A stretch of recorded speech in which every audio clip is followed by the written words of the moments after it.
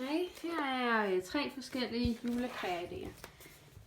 Den første er, at man kan lave sådan nogle kort. Det er ikke særlig svært. Og hvis I vil prøve at lave nogle af dem her, kan I tage et screenshot nu. Ja, her har jeg for eksempel lavet det her, hvor jeg har tegnet figuren op med sort tusch. Og så bare en masse streger og cirkler på tværs, og så farvet dem. Og nummer 2 er lidt anderledes. Det er den her kagemand, eller kagepige, som er syet på symaskinen. Jeg syede den her med 2 huller herude i siderne, og så knapperne på, og munden og øjnene.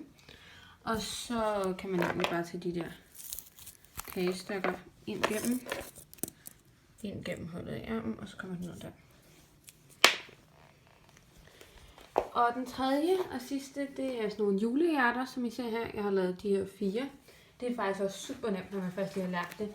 Her er en idé til, man kan lave et helt originalt.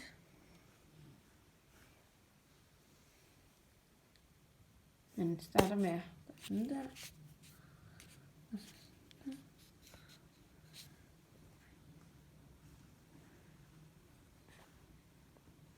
Ja, det er virkelig nemt, og det er også bare noget, man kan gøre lige hurtigt.